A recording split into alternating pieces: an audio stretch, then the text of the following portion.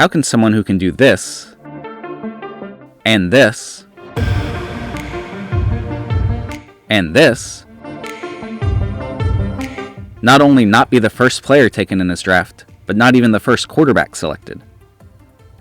You'd think this kind of talent and playmaking ability wouldn't be able to slip past the eyes of NFL scouts, but the consensus on Patrick Mahomes coming into the NFL wasn't that he was a no-doubt, top-of-the-draft quarterback, and it certainly wasn't that he'd be an NFL MVP in his first season as a starter and have the potential to be an all-time great. Many were worried that he'd even succeed at all. So what caused all the doubt? Through a look at his scouting reports, his college system's reputation, the Chiefs' scouting strategy, and Mahomes' personality, we'll find out together. Let's examine exactly how the NFL missed the greatness that is Patrick Mahomes.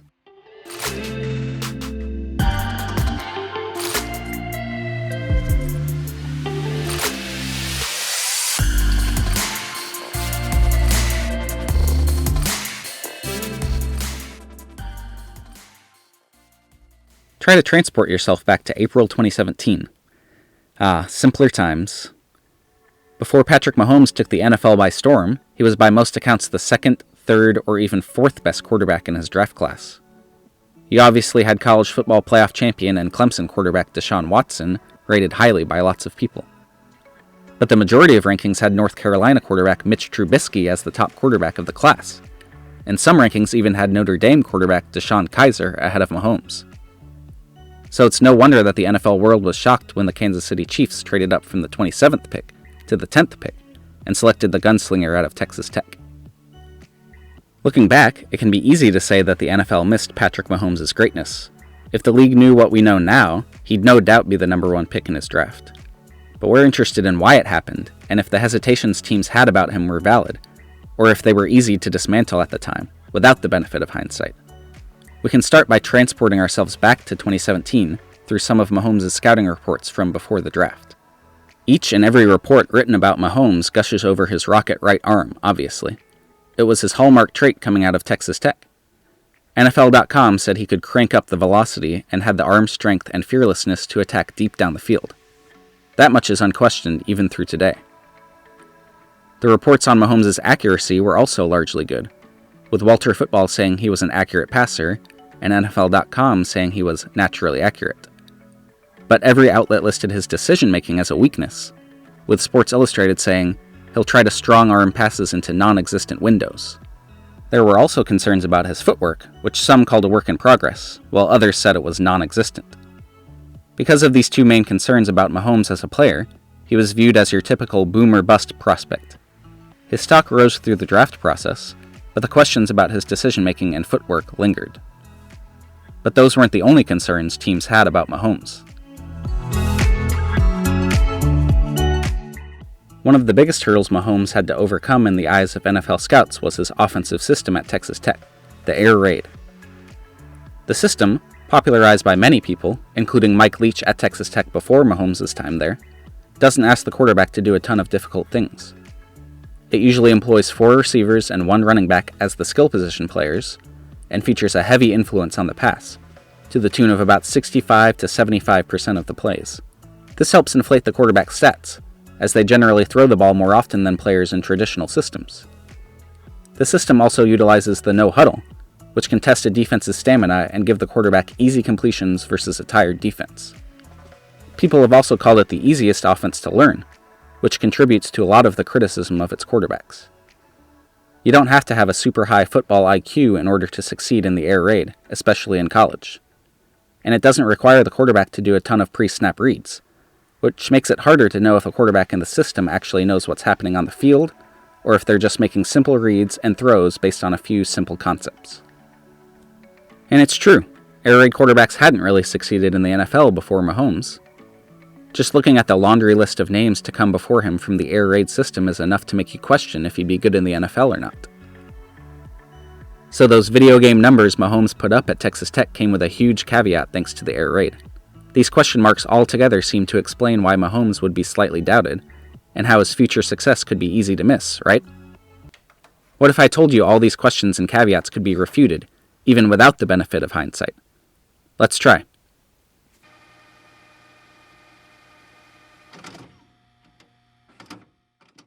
Why are you trading up to draft a quarterback that doesn't just have bad footwork, has no footwork?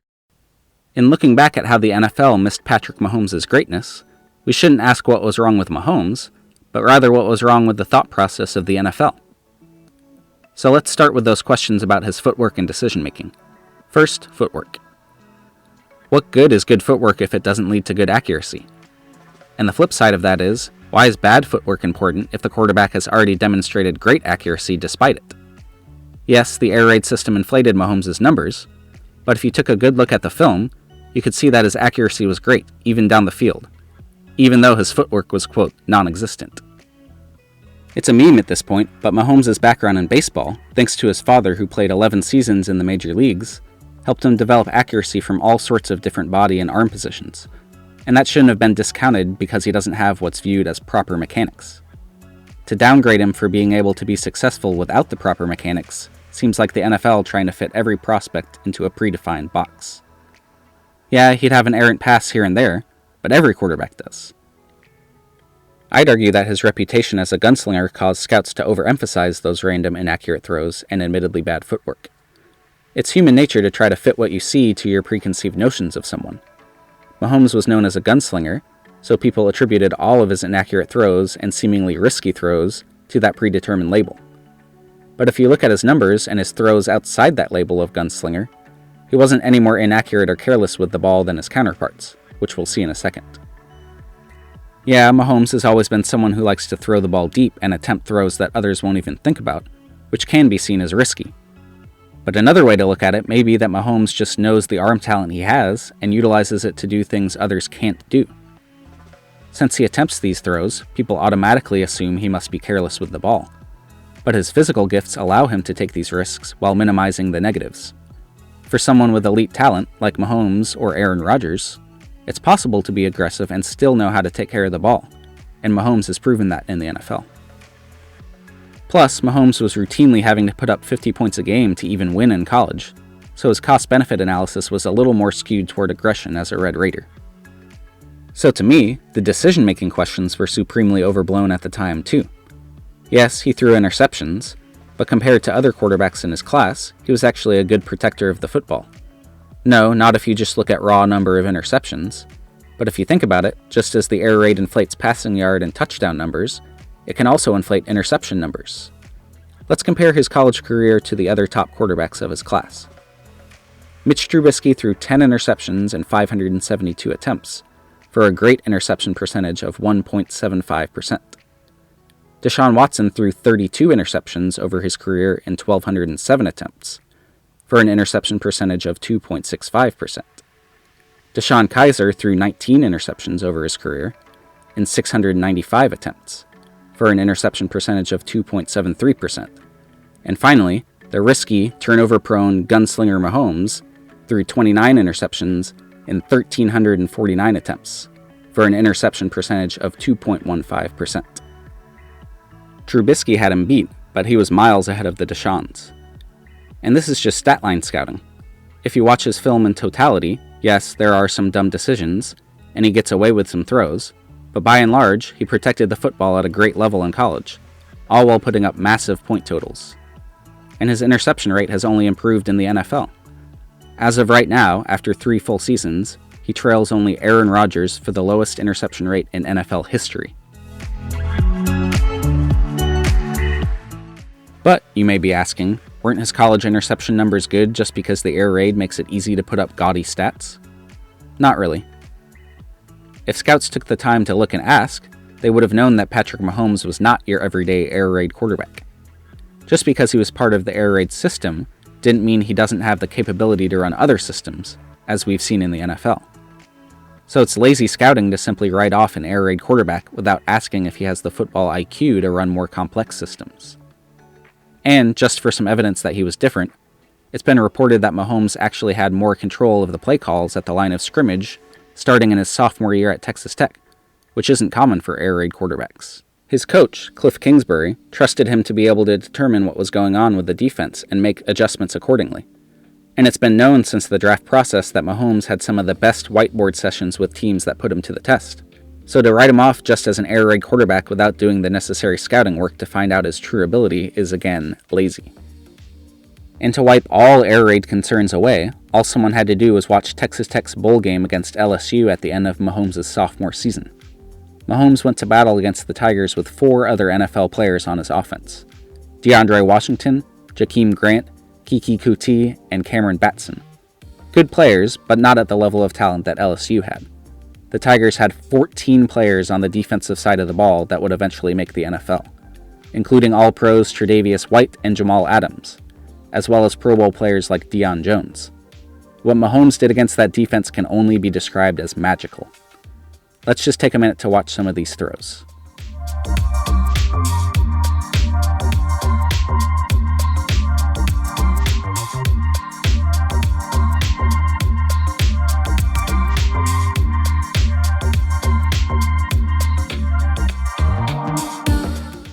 To do that against the level of talent Mahomes was up against, no matter what system he was running, takes an elite level of talent.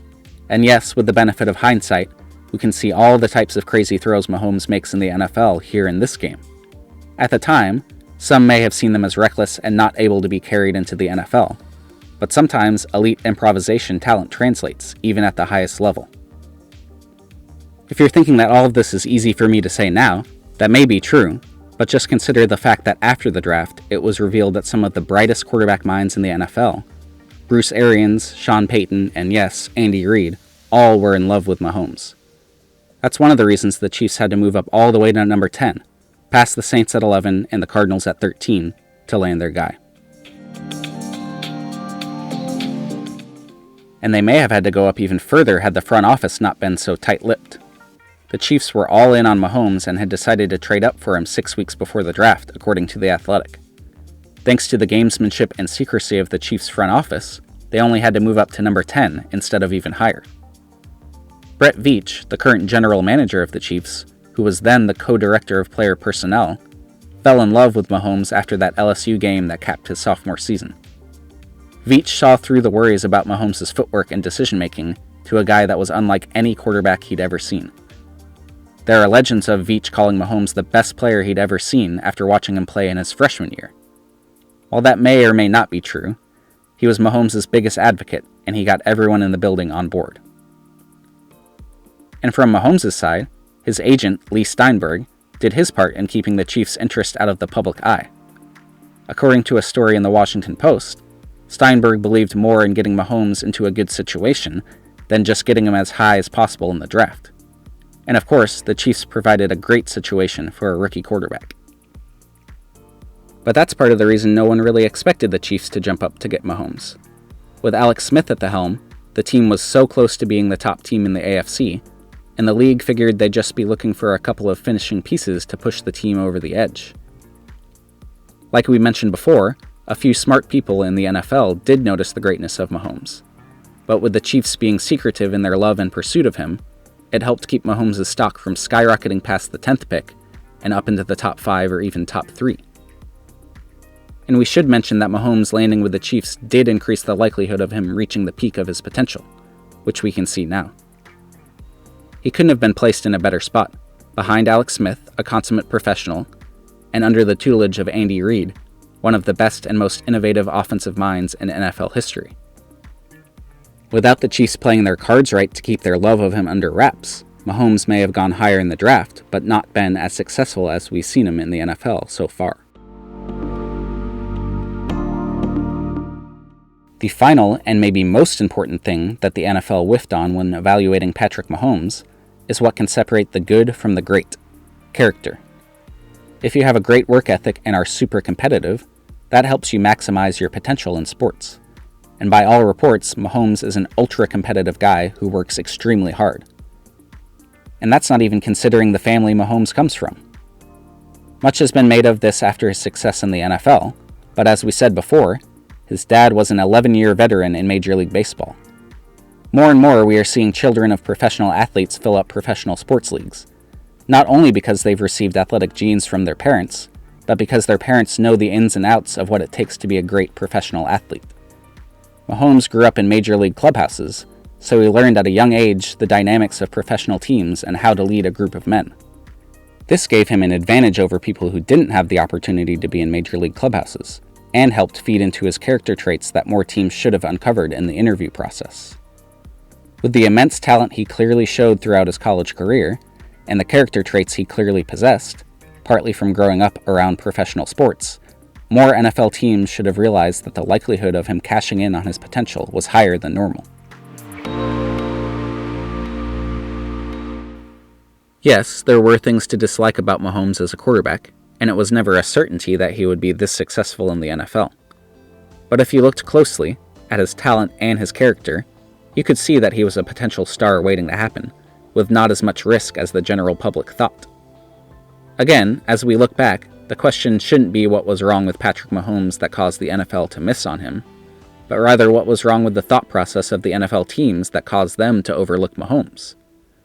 By getting distracted with details like footwork, teams missed the bigger picture of a player that had the bloodlines, leadership, work ethic, football IQ, and arm talent to become a superstar. 3 amazing seasons at the helm and 1 Super Bowl title later, and Chiefs fans certainly aren't complaining. What do you think? Is it revisionist history to say that the NFL missed big on Patrick Mahomes? Or were there signs there for anyone who looked closely enough? Let us know what you think in the comments, and we'll see you in the next one.